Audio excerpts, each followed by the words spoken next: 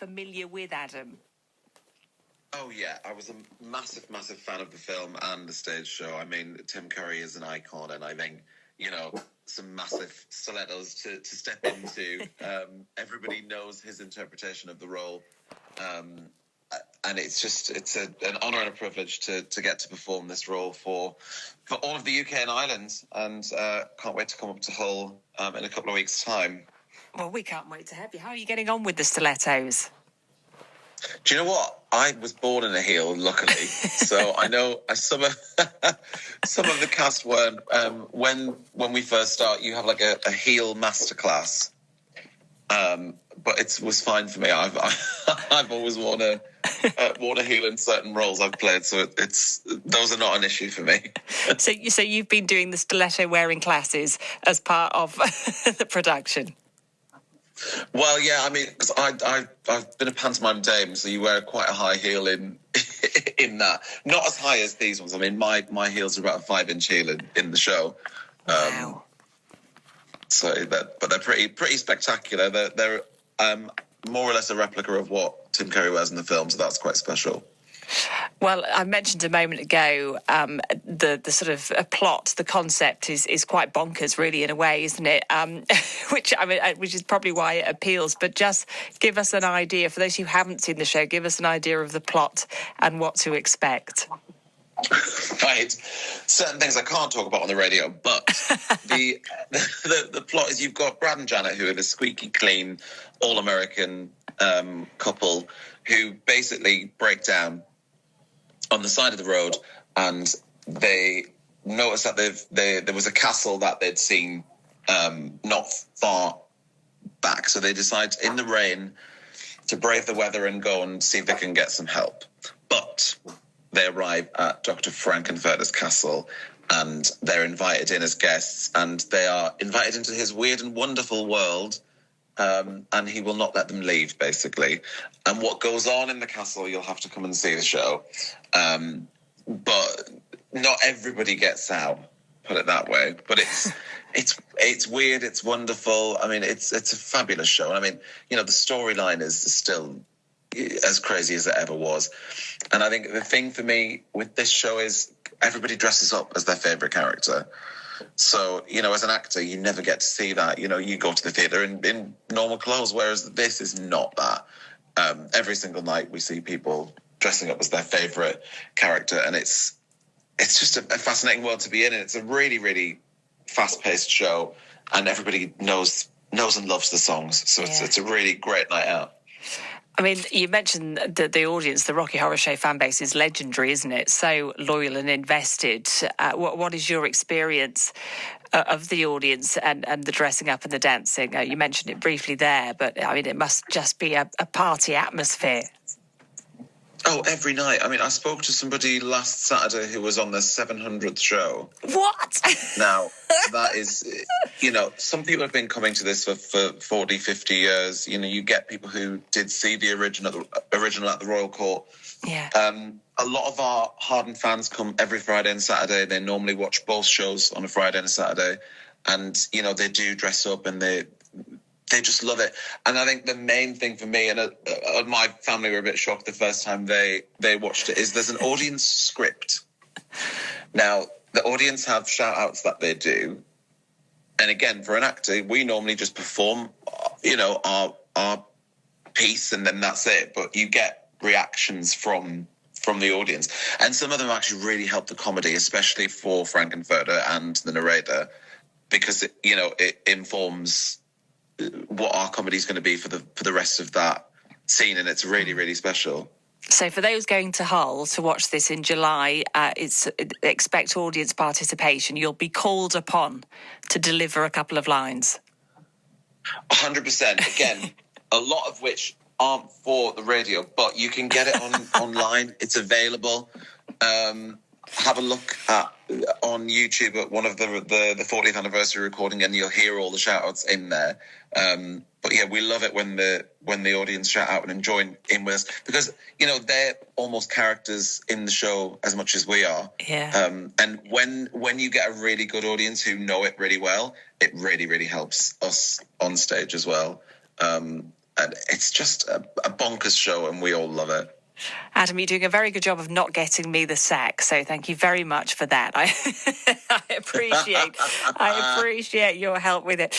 I mean, it's been pushing boundaries, hasn't it, the Rocky Horror Show for 50 years. Do you think it still has that same rebellious edge? Do you think it's still as shocking, perhaps, as it was on its first release?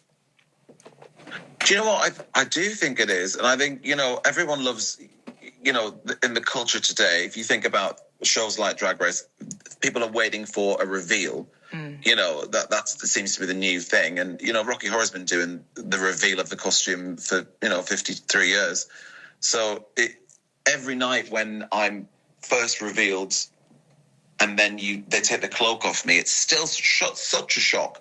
Because also they don't know how the actor's going to look as Frank. And, at one point we're all in, like, lingerie, and I think even now that is still a shocking thing to see on stage, because we're not used to it, even now. But I think it's just, again, having the audience back us up with that is really, really something fantastic.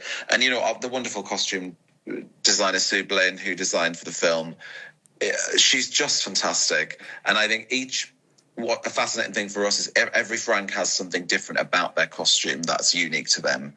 I was very fortunate to have my finale costume designed entirely by her, and it's completely different to every other Frank. So that will always remain with me. And, everyone knows the iconic Columbia outfit, which is our wonderful Jamie Lee, who's on the poster. That gold top hat and tailcoat, everybody knows, it's Rocky Horror's in town.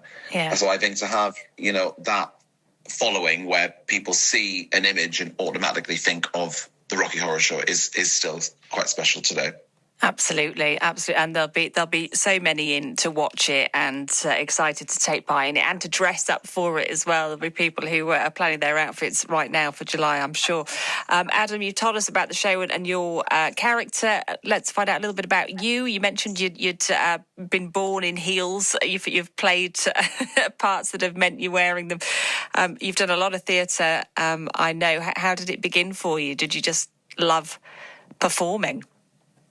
Do you know what? Like, I was a very shy child, and I used to sing behind the sofa, but I don't think we really realised there was a voice in there. My sister Sonia, who's was a dancer for many years, basically forced me into an audition for South Pacific, to which my mother was mortified, and I wouldn't sing in the audition. But once they got me singing, I wouldn't stop. So then I just wanted to sing the audition panel more songs. And then I ended up being in the show playing Jerome, the little boy. And then the rest is history, really. I carried on from there. I did the BBC Any Dream Will Do TV series, which then launched me into drama school. And I've been working in musicals ever since. And I adore it. I've just finished, in January, I was in Disney's Aladdin for a year and a half, which was iconic for me, playing a Disney villain, especially with a Middle Eastern storyline. I'm half Egyptian. So that was a really special one for me. But it's something I've always done, and I adore musicals. And I've travelled a lot all over the world with some amazing shows.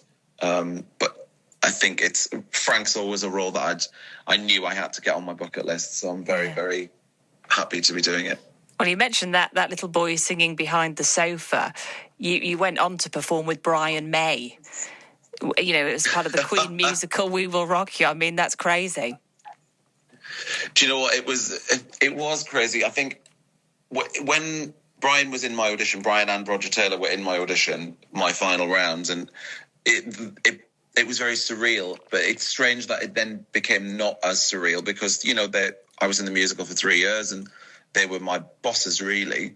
But Brian performed with us quite a few times, but the first time it happened, it's like nothing you've ever known because, Queen are old school. They don't use all of the technology that we now use, like an in-ear monitor or anything along those lines. So it is pure rock, and it is the loudest thing you've ever heard in your life. And hearing Brian play Bohemian Rhapsody on an electric guitar, standing next to you, and I don't tell many people this is a funny story. The song before Bohemian Rhapsody is We Are the Champions, and myself and one of the other singers are singing backstage into a handheld. And Brian was like, oh, I'd like to sing. So we were sharing a handheld that the audience had no idea that they were hearing Brian May sing We Are the Champions. Goodness. The audience also didn't know he was coming out. Oh, so wow. it was a surprise. So when he started playing his guitar solo, you just heard like oh, is it Brian May? Is it not? And then the whole building was almost shaking with excitement because, you know, you go and see a musical down in, I think we were in Southsea, you don't expect that Brian May is going to step out onto the stage.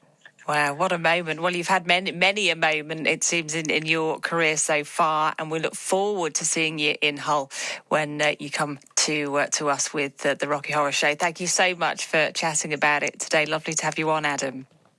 Thanks for having me. Thank you so much to Adam Strong, who's taking on the iconic role of Frankenfurter in the Rocky Horror Show, coming to Hull. If you want to watch it, it's at Hull New Theatre from Monday the 14th of July to Saturday the 19th of July. Have a look for tickets online, hulltheatres.co.uk.